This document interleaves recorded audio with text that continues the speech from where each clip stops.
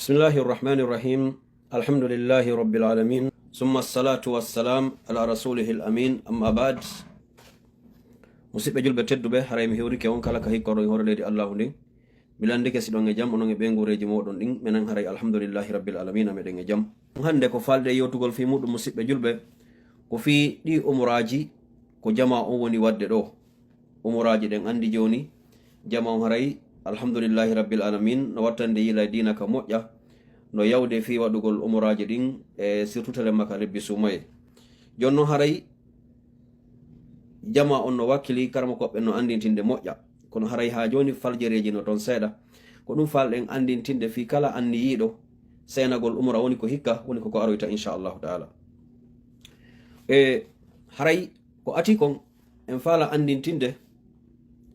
tigi tigi ko honɗum woni umra ko honɗum woni umra ko fi honɗum kadi waɗanten umra ko fi honɗum kadi jama on woni choisissande waɗa umra on ka sumaye haray taw min andintinayo si tawi no woodi faalaɓe yaade umra hara ko iwraɓe amérique ɗo ma europe ma haysko afrique haray ɗon wawi contactugol men bisnillahi taala dara se wawa wallodirde so tawi woni on windaki taw surtout siko amérique ɗo iwroto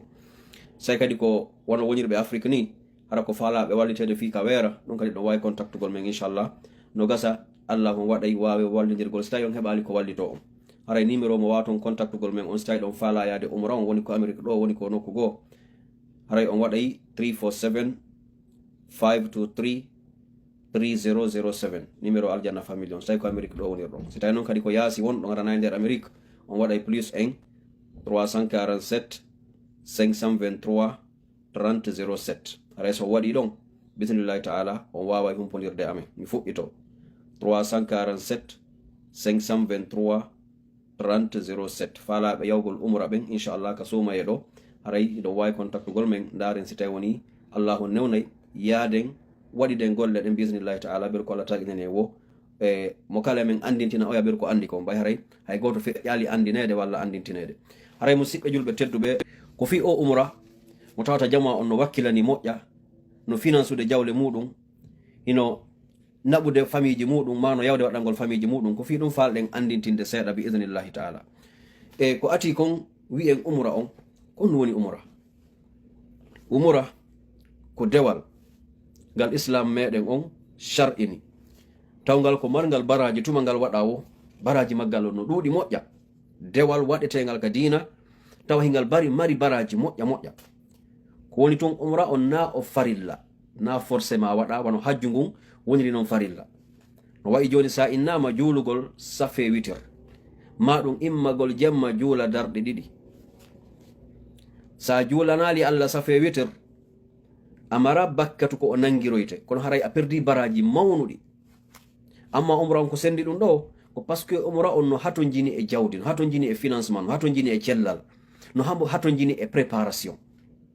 no hato jini kadi e newinanede yani ko ɗum woni heɓugol kaydi ndin heɓugol taaqa on heɓa ɓe yadata ɓen heɓa coggu ko weeroyta ɗum ko ɗum sendi e innugol immagol ngol tunnata ka duusu muɗum salligo juula ko falɗen inndude umra on no serti e hajju on ɗon taw falɗen andinde ko dewal noon shar'inagal tawgal ngal mari baraji mo walanaɗo mo heɓi feere waɗi e umra on sen waɗay ɗiɗon andi kal islam kala gollal ngal gollata tawa ngal yaadi e dewal ko rewgol allah subhanahu wa taala anni yorɗa ngal yani ko heɓugol baraji haray sharti maggal on hino ton si ɗum ɗon timmali a gollay ha gayna finance ha gayna kono hara amara nafa muɗum ko ɗum woni ɗum kala ko baraji ɗaɓɓirte kala ko allah shar'ini koye yo rewire kanko allah kala ko neɗɗo waɗata fi yo heɓu baraji numéro 1 ko wata wadde kon si tawi o andi ko honno dewal ngal waɗirte ko yo laɓɓinan allah tawga ko ma wona ka ɓernde makko ɗum ɗo laaɓana allah o fellita wondema ko allah subhanahu wa ta'ala a oni waɗan dewal ngal na fiyo goɗɗo yi'u na fiyo goɗɗo mantumo na fiyo goɗɗo waccumo na fiyo goɗɗo haawo ko woni wadde kon idan umra on ko ɗo naati ko ɗum waɗi allahu subhanahu wa ta'ala nde o jantino fi umra on ko wi'uno wa atimmul hajja wal umrata lillahi o wi kala e moɗon desiriɗo waɗugol umra on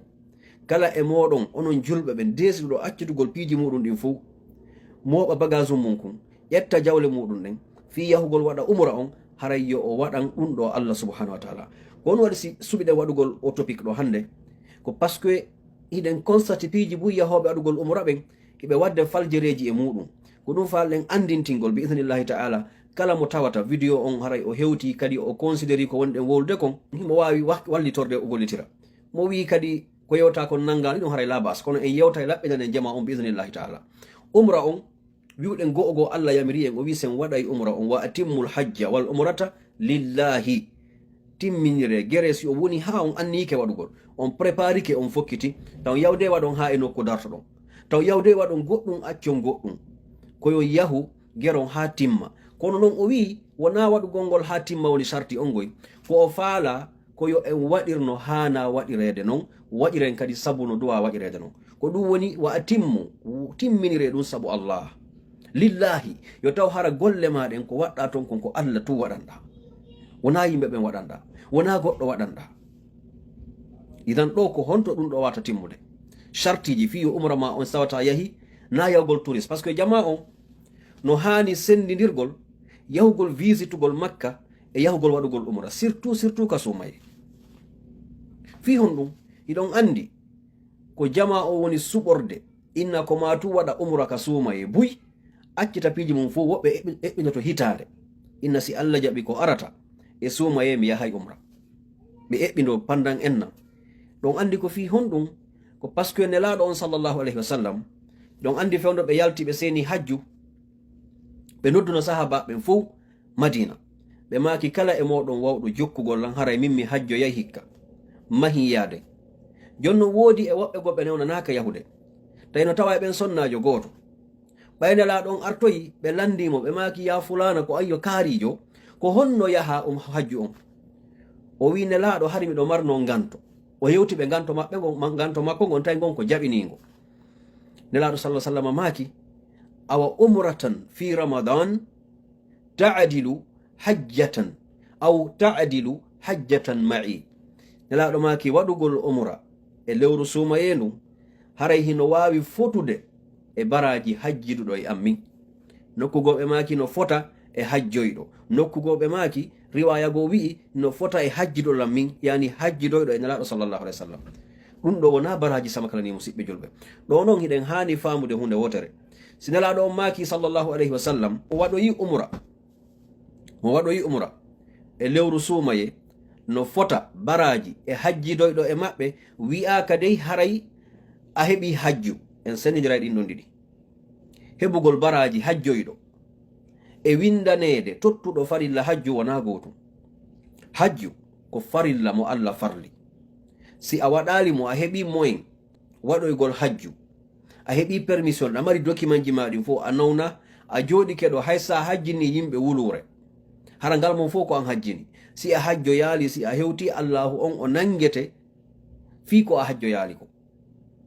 o lettete si o yafaki ma fi ko a hajjo yaali kon harayɗa konta dartiɗo mo liɓi tugalal l'islam ɗon andi hajju accon hakke ko fi umra o wonɗe yewtude kono en fala tun clarifiugol hakkude majji taw kanji ɗiɗi fiita en confiso en nega ɓay min mi waɗi umra laabi joyi mi waɗi umra hikka haray vraiment joni e min miɗo wawi haysi mi hajjo yaali haray lan fota e hajjoyɓe ɓe la ka baraji heɓugol baraji hebbingol kesma baraji on nelaɗo on maki si a waɗi umra e sumaye tawi Allah jaɓanima on umra mo waɗɗa ɗon harayɗa fota e hajjiduɗo e maɓɓe ka baraji moɓugol baraji ɗin kono tottugol farilla hajju on si a woni tawi ɗam permeta ko Allah wi kon liman istata'a ilayhi sabila mo Allahu on newinani yawgol hajju wiwɗen newinanede nden ko heɓugol kaydiji ɗin heɓa mbuuɗi ko yarata kon heɓa mbuuɗi ko accirta ɓeygure muɗum kon tawa yahay a ñawlaki arta hiɗa mari ko yoɓa hôtel ji ma e kala ko woni ton ha timma si ɗum ɗo timmirima wiyatake dey ko ha darna wiyatake dey ko ha heɓa business la haray hajju ngu ngu farlike ma si a perdi jawdi ma ndin a yahali Allah nangoyte so a yafaki ma idan nayi on tigin nenno mais arten ka umra joni en famay ɗo yawgol ngol waɗa umra e sumaye a heɓay baraji yahuɗo hajjidoy e nelaɗo kono haray hajju ngu ngu tippaki e hoorema farilla Allah o joni noon no wayi ɗo honno no wayi wasin inni mo jangi alqur'ana mo jangi suratu ikhlas si o jangingol laabi tati himo fota e tippinɗo alqur'ana o baraji kono est ce que ɗum haɗa mo yo janngo alqur'an o hara wiyatake joni ya worutu gurdam ma ɗan fo janga tun ikhlas par ce que ara ɗa fota on ɗon baraji la si tawi ɗa wawi jangude alqur'an on a salike jangude alqur'an allah o a basike tun e jangugol qul huwallahu ahad hara yan kadi ɗa tawa e saliɓe jangude deftere allah nden hiɗa mari on bakkato ɗum na ɓayɗa hino fota sottirta ɓay ko fotata ko ƴetta ko ɓuuri fanɗude kon sottira ko ɓuuri kon ɗuɗude ko ɗum mi fala wiide a desidi waɗoygol ngol haj yani umra on ko honɗum duwaɗa ndarude ko andugol taho wondema ko ko fanniɗa waɗugol ɗo iɗa anni waɗangol allah dewal ɓay non a andi ko wonɗa yahude kon ko heɓugol baraji fotayɗi wa hajjoyɗo ko ma préparoɗa laɓɓina fondoma on go'o ɓe wi sartiji ɗin go'o on ko ma tawa e a laɓɓinanayi allah annuyema on ɗaɓɓa kadi jawdi laaɓudi pos a yimmata ko ɗo ƴetta jawle yimɓe ma ɗum yeeya ko harmi immoɗa yaha wiyaɗa yaade waɗa umra wiyaɗa tijji ton baraji nelaɗo sallallah sallam maki inna allaha tayyibun la yaqbalu illa tayyiba allahu on ko o laaɓuɗo pos o memata sina ko laaɓi ko idan nayi goɗɗo ƴettuɗo jawle harmuɗe innano yaade waɗugol umra haray ko ɓuroɗa ha to jinde taw an ɗo ya immade ya waɗa umra toroɗa allah ko ɓurɗa ha to jinde taw ko ya rigil hakkude ma ga on dara business ma mo wonɗa wadde on fi tawno on ɗon laaɓira hara koko laaɓi ko dagi yarata hon to ka allahu subhanahu wa taala si tawi ɗa faala heɓude ɗi baraji wi'aɗi ɗo o si a fokkiti ga a préparike a woni a nangi lawol ma yahugol umra o ko hanuɗa wadde kon taho premièrement koyo taw ko sabu allah wonma naɓude si aduna allah on fof hawtiti yi'ima anɗa andi ko sabu allah wonma naɓude si goto yi'alima toon yo taw intention ma on ga wona yahugol visite oya makka par ce que yahugol waɗa visite makka e yahugol waɗa umra no seedi yahugol waɗa visite randa visite makka e yahugol fi waɗugol umra no serti few sa fokkiti a andi ko yahugol waɗa touriste falɗa yaade a ƴettay on programme ƴetta on annuye no dagi no selli ka yaha visite oya makka hara ɗa andi ɗo ko tourisme yawɗa ko heɓuɗa feere waɗɗa to wo e moƴƴere la basa kono annuye ma on wona umra fokkitirnoɗa wona hajju ko yahugol waɗa visite touristique par ce que no dagi ka yaha visita ɗon no serti kono awa na ya fokkitirga umra yaha gayntira golle maɗen visite touriste haray no hulɓini si tawi a desidi ko umra wonɗa yawde yo taw hara ko wonma naɓude ko animma wona fi yahugol weeɓito e nokkeli ma ɗum hollito meɗen ɗo ko animma ko honɗum woni dewe hanaɗe waɗede ka umra est ce que a wawi timminde ɗe est ce que ko ni allah faalira taw ko ɗum ɗon hande kadi mapinma ɗo